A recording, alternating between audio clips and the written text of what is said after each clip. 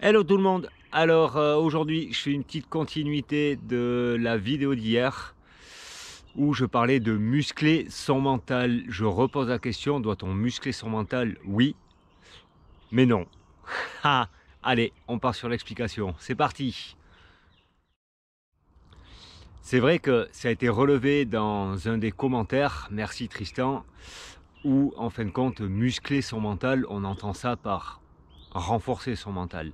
Et c'est vrai qu'on dit souvent qu'en fait le mental il est trop fort et qu'on n'y arrive pas, on n'arrive pas à le suivre, il part de partout et parfois même il nous écrase et c'est compliqué à le gérer. Donc forcément il y a eu longue réflexion avec ça. Moi quand je parle de muscler son mental, c'est vrai qu'il y a quelque chose de faux là-dedans. C'est vrai, si on le renforce, c'est déjà dur à le gérer. Et si on le renforce, ça peut faire une connotation où ça va être de plus en plus dur. Je me suis imaginé une image pour essayer d'illustrer ça. On va prendre un bateau à voile de compétition où ils partent faire le tour du monde avec leur bateau à voile.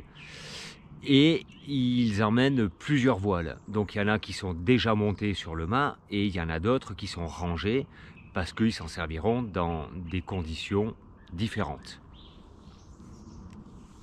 Le mental, il va représenter tout le jeu de voile entier. Les situations, ça va représenter les conditions météorologiques que le bateau va rencontrer.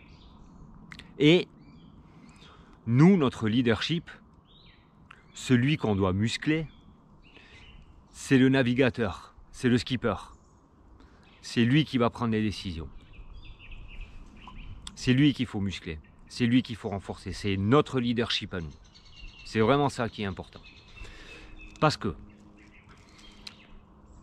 le mental, c'est les voiles.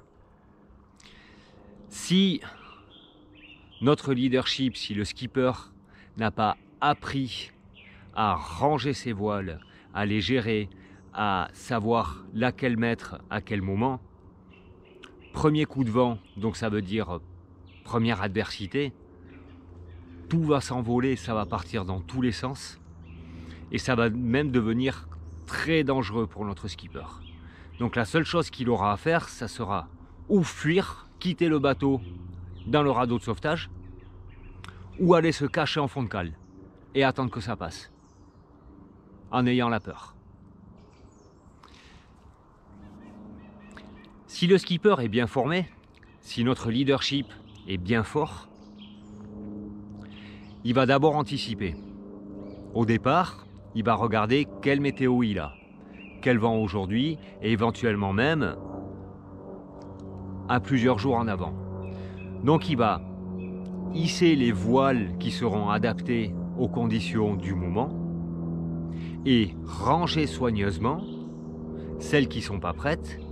Comme ça, en cas de surprise, en cas qu'il y ait une grosse vague qui arrive, qu'il n'a pas anticipé, en cas qu'il y ait un coup de vent qu'il n'avait pas vu sur les fichiers météo, ça va secouer, mais il n'aura que à baisser ces grandes voiles qui sont en place et qui peuvent mettre son bateau en danger. Et il n'aura pas à gérer toutes les autres qui sont rangées et qui sont bien impactées dans leur sac. Le vent, du coup, il pourra souffler et ces voiles-là ne s'envoleront pas et ça ne foutra pas le bordel sur son bateau. Pour revenir à nous, à notre mental. Notre mental, donc, c'est notre jeu de voile et ça, on l'a. Je ne sais pas si on l'a à la naissance, je ne sais pas s'il se construit en fonction. En tout cas, c'est quelque chose qu'on a. Nous, on est le skipper et c'est notre leadership à nous. C'est notre façon à observer notre mental, à voir qu'est-ce qu'on a dans notre mental comme capacité et à apprendre à ranger dans notre mental ce dont on n'a pas besoin dans la situation. Ça veut dire que quand on aura une situation d'adversité, un conflit avec quelqu'un, une mauvaise nouvelle, peu importe quoi, ça ne sera pas le bordel complet dans notre mental à ce moment-là. Ça va être bousculé, ça va être chamboulé, mais on n'aura pas toutes les cases à gérer. Parce qu'il y en aura qui seront au repos. Parce que avant ça, on aura pris le temps de trier nos cases. Qu'est-ce que j'ai dans mon mental? Ok, j'ai ça. En cas d'un problème particulier auquel je pense, c'est cette case-là qui va être le plus en danger. Donc ok, si je le vois venir, ce problème, cette case-là, je peux peut-être l'apaiser, la ranger.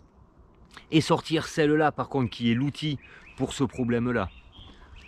Comme le marin, qui, quand il voit la tempête arriver, il va ranger ses grandes voiles et il va sortir ses petites voiles pour continuer à avancer, mais pour pas être trop chamboulé. Et par contre, au moment où la tempête va être passée, eh ben, pour continuer à avancer en sécurité et de mieux en mieux, il va ranger ses petites voiles et il va ressortir ses grandes voiles. Je ne sais pas si ça éclaircit un peu la situation. Moi, en tout cas, ça me l'éclaircit. Même en le disant, en parlant, ça m'éclaircit vraiment parce que je l'avais dans la tête, cette idée. Et là, ça l'a posé. C'est beaucoup plus clair pour moi.